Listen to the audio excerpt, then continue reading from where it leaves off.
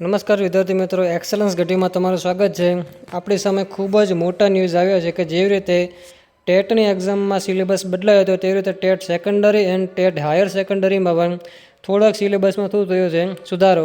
આ પરિપત્ર છે 13/1/2026 અને આજે તારીખ થઈ 14/1/2026.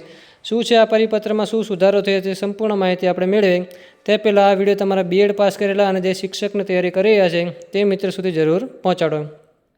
તો ગુજરાત સરકારનો સુધારા ઠરાવ ક્રમાંક 1 આપ્યો છે કે સચિવાલય દ્વારા એ આ તારીખે સુધારો કર્યો છે. શું સુધારો કર્યો? પહેલાં તો જો વંચાણ લીધા કે વિભાગની તારીખ 29/4/2023ને સામાન કે ઠરાવ કે 2023માં જે બદલાવ કર્યો હતો તેની સામે આવી બદલાવ સરકારે કર્યો છે કે રાજ્ય પરીક્ષા બોર્ડ ગાંધીનગરનો 26/8/2025નો પત્ર ક્રમાંક રાબેતો.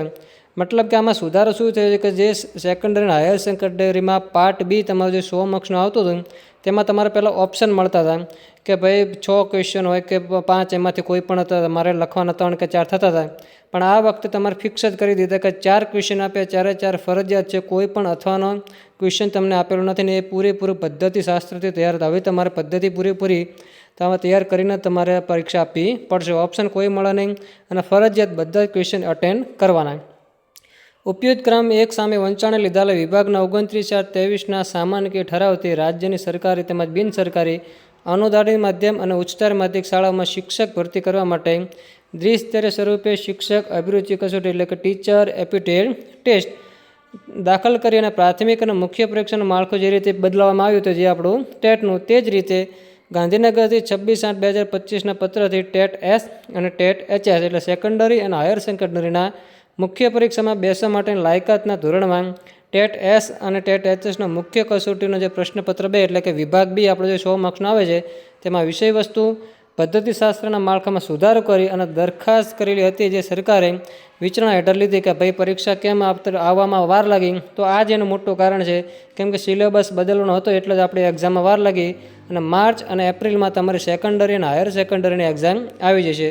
પુખ્ત વિચારણા અંતે ક્રમ 1માં દાખલા વંચાણ લીધી અને આ સુધારો તમારે થઈ ગયો છે. શું સુધારો થયો તમારા સામે સ્ક્રીન પર દેખાય છે.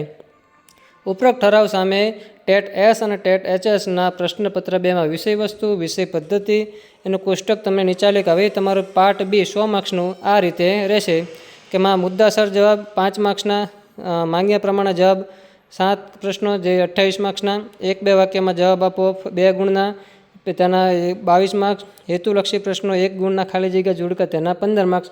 આમ કરીને તમારો વિભાગ બી થશે જેમાં એક પણ હવે ઓપ્શન મળે નહીં. પૂરેપૂરું બધું 100 માર્ક્સનું તમારે લખવાનું થશે. તેથી આવડે દરેક તમારા બીએડ પાસ કરેલા વિદ્યાર્થી અને જે ટેટ એચએસ અને એચએસની રાહ જોઈને બેઠેલા તેવા શિક્ષક બનવાના જે વિદ્યાર્થી છે તેના સુધી પહોંચાડો કે જેથી એમના તૈયારીમાં તે લાગી જાય. અને ટેટની એસની એચએસની એપ્રિલ અથવા તો માર્ચમાં તમારે એક્ઝામ પણ થઈ જશે તેવું પણ સરકાર દ્વારા લગભગ નિવેદન થઈ ગયું. Thank you.